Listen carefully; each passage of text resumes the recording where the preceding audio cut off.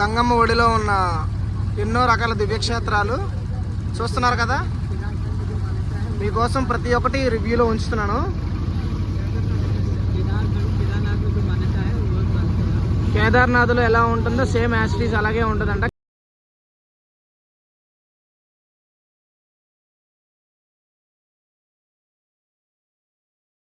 శివ శివ హర హర మహాదేవ. మనిషి ఒక్కసారైనా రావాల్సిన ప్రదేశం ఒక్కటంటే అదే కాశీ.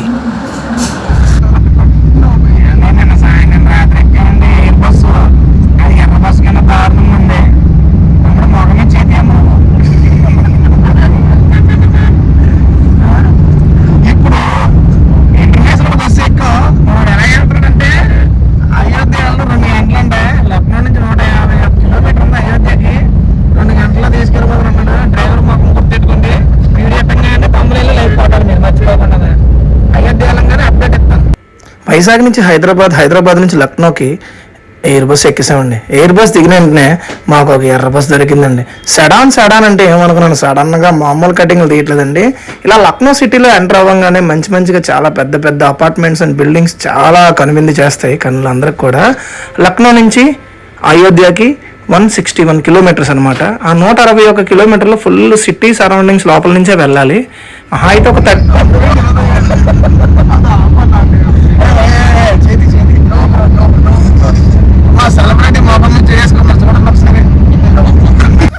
కార్లో వెళ్తూ సరదాగా డ్రైవర్ పై జోకులు వేసుకున్నాం. ఇంతలో అయోధ్య అయితే ఎంటర్ అయిపోయాం గల్లీలోకి. అయోధ్య గుడి ఒక్కటే అనుకున్నారేమో, గుడి చుట్టూ 3500 గుళ్ళు ఉన్నాయంటండి. ఆ గుడులు మొత్తం చూస్తుంటే ఎక్కడ చూసినా రామాయణమే కనిపిస్తుంది. ఆఖరికి మేము కార్ నుంచి ఈ గవర్నమెంట్ వెహికల్ అయితే మాకు పంపించారు. ఎందుకంటే గవర్నమెంట్ ఈవెంట్కి కదా వెళ్ళాం, అయోధ్య ప్రోగ్రామ్కి వెళ్ళాం కాబట్టి. ప్రోగ్రామ్ నుంచి ఆ బండి ఎక్కాం. ఆ బండి బ్యాటరీ బండి చాలా బాగా డ్రైవ్ చేశాడు. ఓకే అనుకునేసరికి ఇంతలో ఇలా మెల్లిగా వెళ్తున్నామండి. చుట్టుపక్కల ఎక్కడ చూసినా ఫుల్ కోతులు. అయోధ్య నిండా చూసారు కదా. అందులో ట్రాఫిక్ జామ్ ఒక 2 కిలోమీటర్లు. బాబోయ్, బేబస్తమైన ట్రాఫిక్ జామ్ అనమాట. ఆ ట్రాఫిక్ జామ్కి మాకైతే బుర్ర వేడెక్కిపోయిందండి. అయోధ్య రామయ్య మజాక అన్నట్టుగా ఉంది. చూస్తున్నారు కదా, రోడ్లు గల్లీలు చిన్న సందులు మొత్తం అన్నీ కూడా గుళ్ళలాగా ఉన్నాయి. ఇళ్లలో కూడా గుళ్ళే. వెళ్ళడం వల్ల అమ్మ స్టార్ట్ చేసిందండి ప్రోగ్రామ్కి వినాయకుడు సాంగ్తో ప్రాక్టీస్. చూడండి, వినాయకుడు సాంగ్తో స్టార్ట్ చేశారండి ప్రాక్టీస్ కూడా. చూస్తున్నారు కదా, కుంజరముఖం వందన నదం అనే వినాయకుడు సాంగ్ స్టార్ట్ చేశారు ప్రాక్టీస్ అయితే.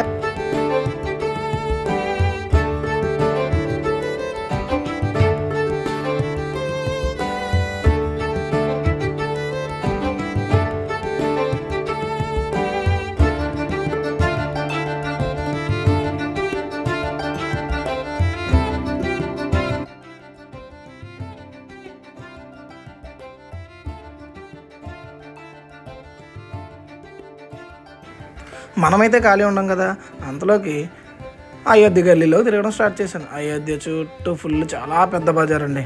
బజార్ నిండుగా ఎలా ఉన్నాయంటే రకరకాలు అన్నీ కూడా చాలా ఐటమ్స్ అమ్ముతున్నారు. ఇతర సామాన్లు, పెద్ద గదలు, దారి చుట్టూ గుడి గోపురాలు. ఏ సందులో నుంచి ఎలా గల్లీలో నుంచి తిరిగినా గుడి గోపురాలు, పెద్ద కోటలు. మరి అయోధ్య రామయ్య నిజంగా అక్కడ నడవాడిన ప్లేస్ అని కాబట్టి ఇన్ని గుళ్ళు ఉన్నాయేమో చూస్తుంటే మతిపోతుంది అనమాట. అయోధ్య చూడడానికి 2 కళ్ళు సరిపోలేదు, అంత వైభవంగా ఉంది అయోధ్య. ఫుల్ సెక్యూరిటీ కూడా, చాలా సెక్యూరిటీ. ఒక ఫోన్ కానీ ఏమీ పట్టుకెళ్ళట్లేదు గుడి లోపలికి. చూస్తున్నారు కదా, ఎటు చూసినా గుళ్ళు, బజారు, మార్కెట్. చాలా సందరగా, చాలా అందంగా, అద్భుతంగా కూడా ఉంది నిజంగా. ఖచ్చితంగా చూస్తూ నా కళ్ళు అస్సలు ఆగట్లేదు. అన్నీ కొనేయాలనిపిస్తుంది. చూస్తున్నారు కదా, నాటకాలకు సంబంధించిన కథలు, ఇలా రకరకాల మార్కెట్లో పెద్ద గోపురాలు. అబ్బో, ఆ గోపురం చూసారా, కొండ కానీ ఆకాశానికి కంటికి పోయినట్టు అనిపిస్తుంది నాకు చూస్తుంటే. మీ అందరి కోసం అయోధ్య ఫుల్ రివ్యూ చూపిస్తున్నాను. మార్కెట్లో ఎలా ఉంటుంది, ఏ విధంగా ఉంటుంది. ఆఖరికి ఫైనల్లో మా గుడిలోకి ఒక్క ఫోన్ అయితే ఎంట్రీ చేశారు. మీ అందరి కోసం అయోధ్య బ్యాక్ సైడ్ ఉంది అయోధ్య గుడి. శ్రీరామ మందిరం అయిపోయింది, బస్సు ఎక్కామండి. త్రివేణి సంగమంకి బయలుదేరాం. చూస్తున్నారు కదా, మొత్తం టీం అంతా కూడా త్రివేణి సంగమానికి స్టార్ట్ అవడం అయితే జరిగింది. త్రివేణి సంగమంకి వెళ్ళంగానే ఇంక స్థానాలు అనమాట. మెల్లిగా ఎలాగైతేనే కళ్ళు మూసుకొని తెరిచేలోపు జాగ్రత్తగా త్రివేణి సంగమంకి అయితే చేరుకున్నాం. చూస్తున్నారు కదా బోట్లు, పడవలు. అబ్బో, త్రివేణి సంగమం అంటే ఏంటో అనుకుంటున్నారా? గంగా, యమున, సరస్వతి 3 ఒకే చోట కలిసే అతి పుణ్యక్షేత్రం, పుణ్య నది కూడా. ఒక పక్క నుంచి గంగా, మరో పక్క నుంచి యమున, అంతర్వాహినిగా సరస్వతి. మేము అందరం ఆఖరికి బోట్ ఎక్కామండి. బోట్లో జాగ్రత్తగా ప్రతి ఒక్కరికి లైఫ్ జాకెట్ వేసుకుంటే కానీ ఎంట్రీ లేదంట. ఇక్కడ గొప్పతనం ఏంటంటే మనం మురుగులు, అదేనండి బాబోయ్, కారం పూస, కథ కారం వేరనమాట. ఆ పూసని కొనుక్కొని ఆ నదిలో ప్రయాణిస్తూ వెళ్తుంటే నీటి పావురాలు, నీటి కొంగలు అంటారు అనమాట వీటిని. ఇవి మన చేతిలో ఉన్నంత వరకు మన వెనకాతలే వస్తాయండి. చాలా అంటే చాలా ఆహ్లాదకరంగా ఉంది జర్నీ. ఎక్సలెంట్ అనమాట. అంత అనకూడదు కానీ అవి కూడా చాలా దొంగ నీటి కొంగలండి. ఉన్నంత వరకే మన దగ్గర ఉంటే తర్వాత రావు. మేమైతే త్రివేణి సంగమంలో స్నానం చేయడానికి రెడీ అయిపోయాం. అక్కడ మధ్యలో బోట్లు కట్టారనమాట. బోట్ల మధ్యలో డోన్లు ఉంటాయి, అంటే కింద కర్రలు కట్టి జాగ్రత్తగా ఉంటుంది. లేకపోతే 3 తాటి చెట్లు లోతు మునిగితే మరి ఇంక పైకి రావండి. అది అయిపోయింది, స్నానం అయిపోయి రిటర్న్ అయిపోతుండగా మనోడు కథ చెప్తున్నాడు. అసలు ఏంటంటే దశరథ మహారాజు గురించి కథ చెప్తున్నాడు అనమాట. త్రివేణి సంగమంలో మాత్రమే కలిసిందంట. అలా మెల్లిగా నావపై చేసుకుంటా అలోపిదేవి శక్తిపీఠం, అంటే అమ్మవారి శక్తిపీఠాల్లో ఒకటైన భుజం మొక్క, సతీదేవి భుజం మొక్క పడిన ఈ శక్తిపీఠం. ఇక్కడ విగ్రహం అది ఏమి ఉండదండి. అది కూడా డైరెక్ట్గా దర్శనం చూపిస్తున్నాను మీకు.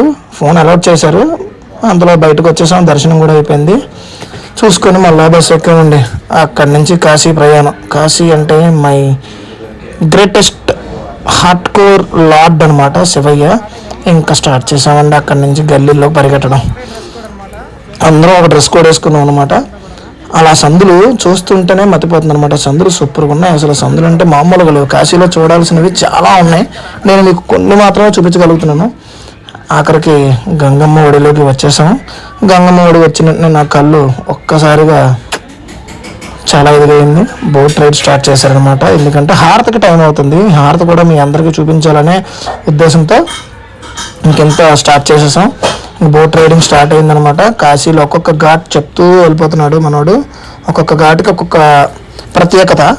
ఆ ఘాట్స్ దగ్గర 84 ఘాట్లు ఉన్నాయండి కాశీ మొత్తంలో. చాలా ఘాట్లు, పేర్లు చెప్పడం చాలా కష్టం. అందరికీ తెలిసినవి ఫేమస్ అయిన ఘాట్లు ఏంటంటే మణికర్ణిక, రాజా హరిశ్చంద్ర అని, చాలా కాళీ ఘాట్ అని చాలా ఉన్నాయి. ఒక్కొక్క ఘాట్కి ఒక్కొక్క విశిష్టత ఉందన్నమాట. చూస్తున్నారు కదా, మీ అందరి కోసం చూపిస్తున్నాను నేను. నచ్చింది అనుకోండి ఫ్రెండ్స్, లైక్ చేసి షేర్ చేయండి, కామెంట్ కూడా పెట్టండి. కానీ ఎంత చేస్తున్నా ఎంత చూస్తున్నా 2 కళ్ళు సరిపోవట్లేదు. కాశీ అంటేనే కాశీ. అసలు మానవుడిగా పుట్టిన ప్రతి ఒక్క మనిషి కూడా ఒక్కసారైనా జీవితంలో కాశీకి వెళ్ళాల్సిందే. కనిపిస్తుంది కదండి, ఇది కేదార్ ఘాట్.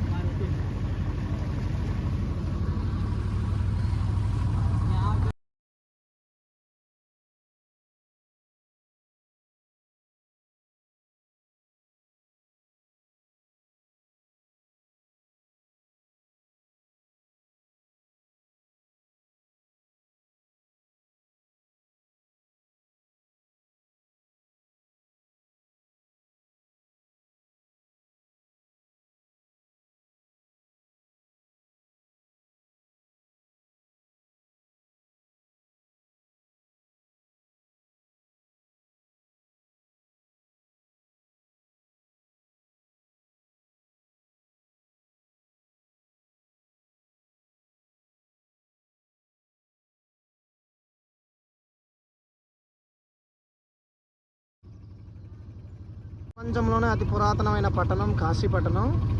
ఆ కాశీపట్నం ఈరోజు నిన్నటి నుంచి కంటిన్యూస్గా తిరుగుతూనే ఉన్నాం అనమాట. సందులు అన్నీ అంటే చాలా కన్ఫ్యూజన్గా ఉన్నాను. చాలా అంటే చాలా భలే ఉంది. అసలు చూస్తున్నారు కదా, నావి 2 కళ్ళు సరిపోవట్లేదు. అంత ఎక్సైటింగ్గా ఉంది ప్రతి ఒక్కటి కూడా. నేను నిజంగా ఫస్ట్ టైం కాశీ రావడం, ఫస్ట్ టైం కాశీ వచ్చినందుకు ప్రతి సంవత్సరం రావాలి అనేంత ఎక్సైటింగ్ అనమాట. చూస్తున్నారు కదా.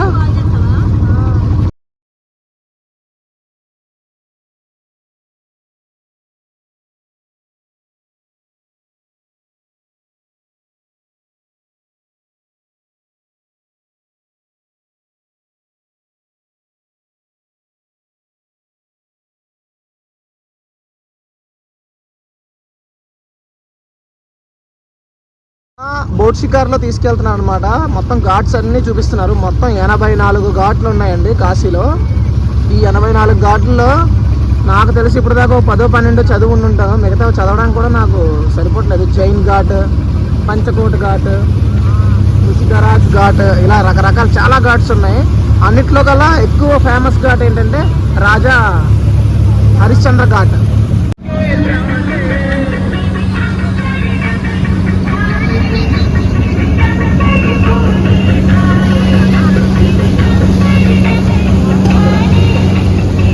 బాబు ఓ బాబు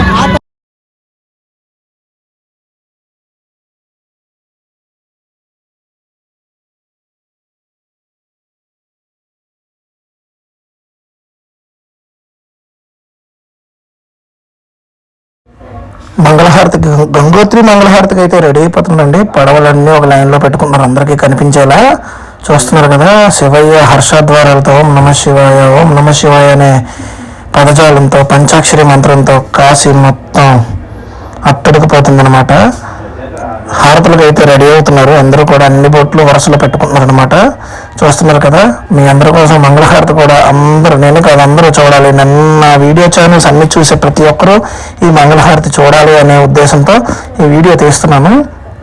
ఎలా ఉందో చూడండి, ఖచ్చితంగా ప్రతి మనిషి చూడాలి. 2వ కార్తీక సోమవారం రోజు అనమాట. ఇది అయిపోయిన తర్వాత కాలభైరవుని దర్శనం, తర్వాత కాశీ విశ్వనాథుని దర్శనం చేసుకోవడానికి వెళ్తాం అనమాట. చూస్తున్నారు కదా, బోట్లన్నీ లైన్లో పెట్టుకొని రెడీగా ఉన్నారు, ఎక్కడ ఎవరు తగ్గేది లేదు అసలు అనమాట. రెడీ కూర్చున్నారు అనమాట ప్రతి ఒక్కరు మంగళహారతుల కోసం. స్టార్ట్ అయింది, పూజ అయితే స్టార్ట్ చేస్తారు. రకరకాల హారతులు, రకరకాల పద్ధతులు ఉంటాయి వాళ్ళకి. పార్వతీ పతయే